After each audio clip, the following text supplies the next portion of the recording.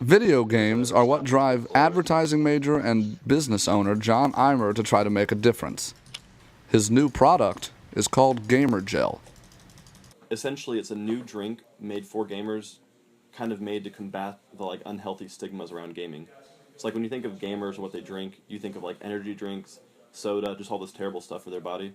And so Gamer Gel is a new drink in the market that's just aimed at gamers to give them energy, but while being healthy instead. The idea for Gamer Gel was sparked when John was competing professionally in gaming in high school. This idea became a reality last year when he got first place in the first leg of the National Elevator Pitch competition at UT. With a panel of investors interested, John's company took off. The last year has been filled with growth, but John has remembered that school comes first. And so it's just really focusing on time management and saying I have to study for this allotted hour that I have set aside for my exam, and then I have to make these 3 phone calls to the different people, the manufacturers or the web developers, and make sure that's down. Trying to juggle both school and business is hard as is, but it's John's future that keeps him going. Growing up, I wasn't always the most financially stable, and I want to be in a position where I'm able to, without a doubt, take care of my future wife and future kids, and just in that regard. Between the schoolwork, the gaming, and now a business, John lives with a standard every day. Just being able to wake up every morning and say, this is going to be a good day. I'm going to go out there and make something good happen. And being able to keep that mentality is a really big part of being an entrepreneur. That's what keeps John getting up, putting on his suit, one piece at a time, and striving toward his goal. If you fail at something, all that is showing you is that there's a way to do it wrong, and you can now take that and find a better way to do it. So down the road, if I fail, I wouldn't consider this a waste of time. I just consider it opening up new opportunities. For UT Today, I'm Lucas Cooper. Every election, college students consistently have low voter turnout.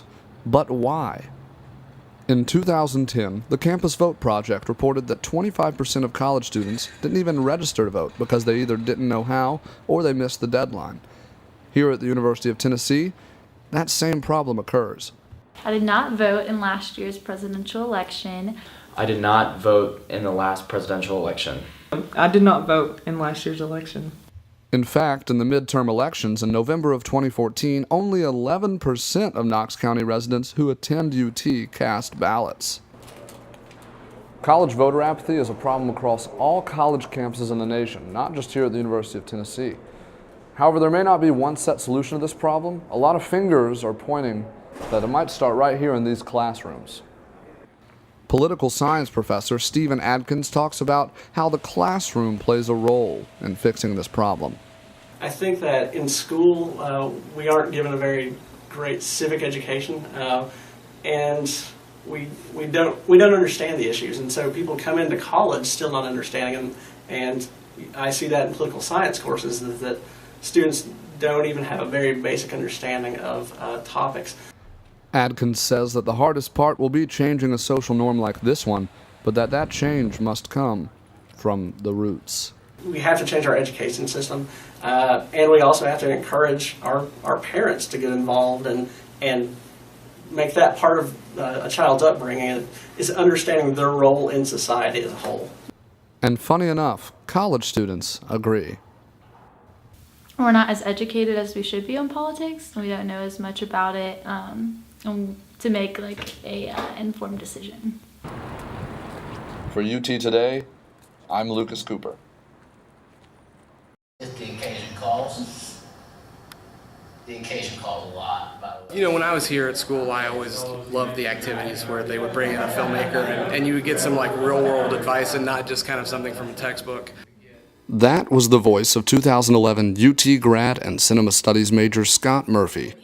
After placing second overall for his feature film Ain't It Nowhere in the Knoxville Film Festival, Scott decided to give his alma mater a private showing last Monday night in UT's Art and Architecture building.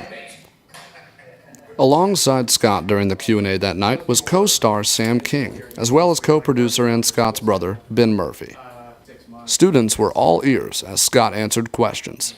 Scott's message to students was to chase their passions, take advantage of their quality education, and eventually, hard work will pay off. To kind of come back and show it for students who are now going through all the film classes, that was a thrill for me. Scott is moving to LA in January to continue his filmmaking career, but his legacy will live on at the University of Tennessee. For UT Today, I'm Lucas Cooper.